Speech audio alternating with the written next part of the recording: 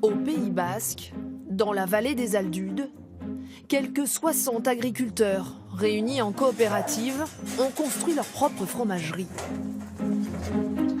Allez. Objectif pour ces éleveurs de brebis ou de vaches, vivre de leur production. Mais comment se faire connaître? Comment faire sa place au rayon fromage?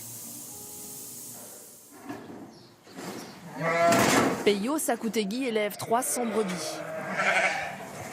Le lait de ses bêtes, il le vendait à l'industrie laitière. Mais le prix du lait n'était plus suffisant.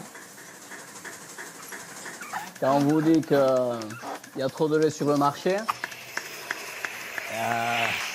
on n'avait pas notre laiterie, on est en difficulté, on subit le marché. Même constat pour les éleveurs de vaches qui vendent à perte. Alors ensemble, depuis 3 ans, ils transforment leur lait. Même s'il faut trouver de nouveaux débouchés, les éleveurs restent confiants. On est indépendant en ayant créé notre fromagerie. Quand les ventes seront en face, on arrivera à se sortir un salaire plus décent. Du moins, c'est ce qu'on espère.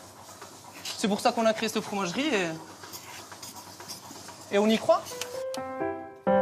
Leur lait, c'est dans leur fromagerie flambant neuve qu'ils les livraient tous les matins. Aujourd'hui, le responsable de fabrication transforme le lait de vache. Et là, t'attends que c'est dur, ça a durci ou pas? Là, ça a pris. Je vais voir un peu le temps de prise. 4000 litres produiront 150 meules de 4 kilos. Paul Rayon supervise aussi Du coup, Valérie, c'est bon, ça s'est bien moulé finalement? le moulage des bûchettes de fromage de Ah, brebis. hier. Sans oublier le beurre, un produit phare. Pour faire du beurre, il faut beaucoup de lait, mais le lait, on souhaite aussi l'utiliser pour faire du fromage. Donc le tout, c'est de trouver le juste équilibre. Car le fromage, lui, est plus rentable. Mais l'entreprise ne tourne pas encore à plein régime. Tu peux même me mettre 50 de chaque, je vais te les prendre. Mais en rentrant, j'ai vu un fromage là que je voudrais que tu me fasses voir. Ce fromager est un client important. Il représente aujourd'hui près de 10% des ventes. L'amateur, ça, il va l'aimer. Il achète ses produits pour les affiner et les revendre sur une 50aine de marchés ou de boutiques. Ce fromage-là n'a rien à voir avec les fromages industriels.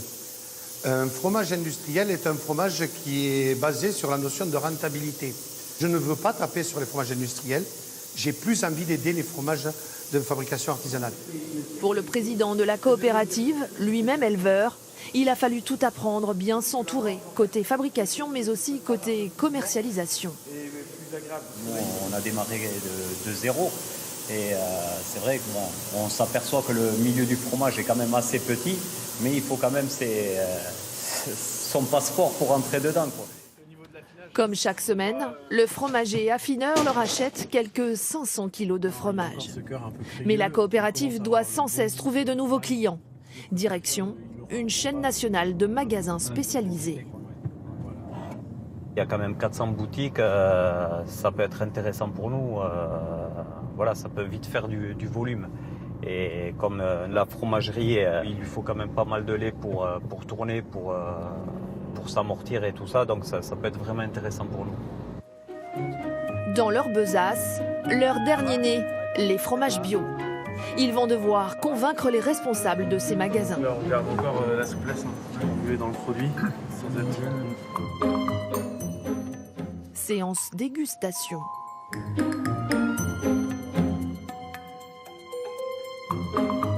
Ça, c'est le crémeux de vache.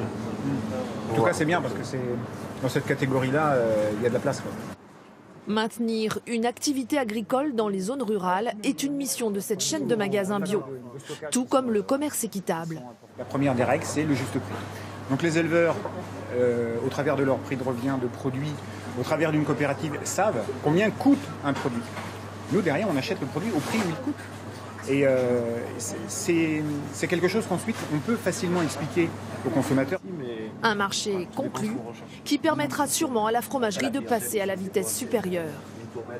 C'est vraiment un marché sur lequel on se sent à l'aise aujourd'hui et on sent que l'humain rentre en compte. Il n'y a pas qu'un facteur économique, il y a aussi de l'homme derrière. Tout le monde peut se retrouver quand même gagnant-gagnant. Et... C'est pas toujours le cas ? Non, pas toujours. Les éleveurs ne sont pas encore gagnants avec la fromagerie. Peyo Sakoutegui, l'éleveur de brebis, a souscrit au capital, accepté des retards de paye. Un sacrifice impossible sans le soutien de son épouse qui travaille à l'extérieur de la ferme pour compenser. Mais pour elle, ça vaut la peine. C'est vraiment très local, c'est des produits qui sont nobles, qui sont bien travaillés, qui sont bons en plus. Et puis le fait que ce soit dans une coopérative, ça montre aussi l'unité qu'il peut y avoir ici. L'éleveur de vaches, lui, Elle a du lait frais. peut compter sur sa grand-mère. Il y a 60 ans, elle commençait ici, sur la ferme, avec seulement 10 vaches. Aujourd'hui, elle est sa plus grande admiratrice. Tous ces éleveurs qui ont opté pour faire cette construction et tout, je trouve qu'ils ont beaucoup de mérite. C'est un très beau projet. En prenant leur destin en main, les éleveurs basques passent à la vitesse supérieure. Petit à petit, leurs fromages se font une réputation au-delà de la vallée des Aldudes.